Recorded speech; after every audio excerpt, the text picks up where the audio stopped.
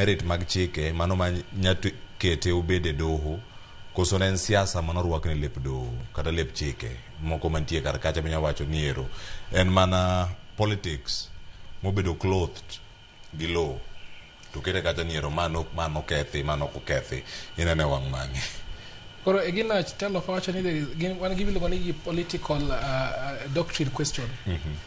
Ma bedo ni Gachagua ne otimo gik mane iwacho ni otimo ka, mano en gima noserume National Assembly kendo do ok nyal dhi chako rango ni no donjne Gachagua kama gima do koro ng'iyo en mana gibiluongo ni procedure.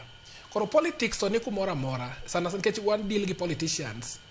Koro politicians ginyalo ruako law gimoro manenre ni en richo, bende ginyalo lonyo richo law manenre ni en ler. Koro gimoro mora ma jo siasa timo to nitiere politics. Nitiere sei moro miwacho e politics ka ni ja siasa mora mora kata ng'ata ma wuotho ka en guilty until proven innocent in the eyes of a politician. But again, katiba to wachi mopogore ni innocent nyaka ibed proven guilty. But jo siasa ng'iye ni you are guilty until proven innocent. Nikech ng'ato ka ng'ato nigi chilo ne moro ma opondo ma ong'e gi ng'ato ma koponi mane giyudo ka nitiere gimiluongo ni capture cha. Parliament obedo captured, executive obedo captured, judiciary bende obedo captured. Nikech yudo ka ng'ato nigi chilo moro mosemiene kumoro ma itemo ni golo duondi matin ni ok idhi ratiro gi ruoth olonge ni ruoth kata the political bigwigs ma control politics at that time to imbomi mana sindan to sindan ni kombomi ibro lu me yuda adieri moro ntiere iye kanyo.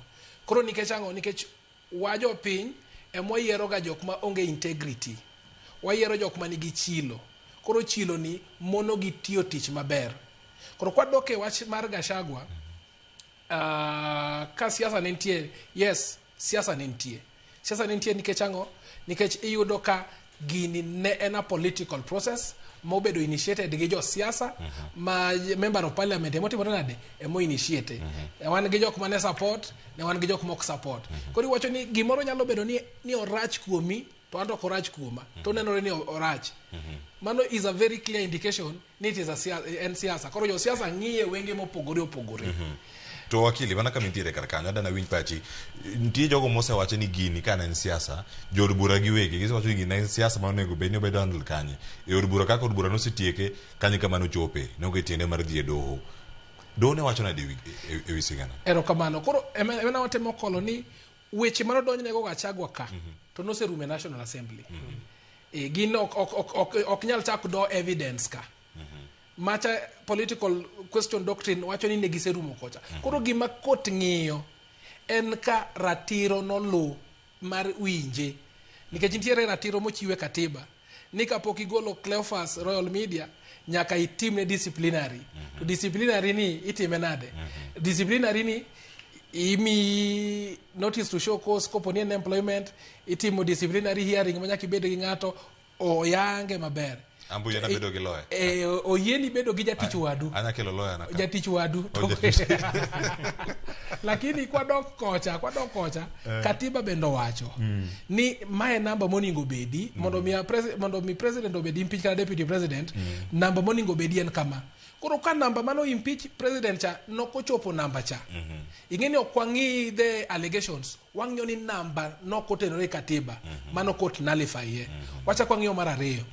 Ni hearing no ningo mie fair hearing for example Senate to Gachagua ni tuo oring kod hospital o make an application mare ni noko bedo extended kaso wacha kwa ngiye gi the time limits manie constitution kwa ngeni opogore ngiye gi time limits manie constitution ma wacho ni gino ningo winje kuom muda machal kama. Koro balancing all these rights mane gi madwa rito kanyo. Koro mano kuma koro do donje number dek do donje ka wacho ni of course asewacho wach mar procedure, asewacho wach mar numbers to koro gimiluongo ni fairness.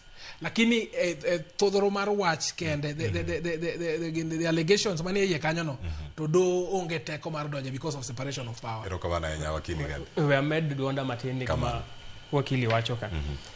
King'iyo case ni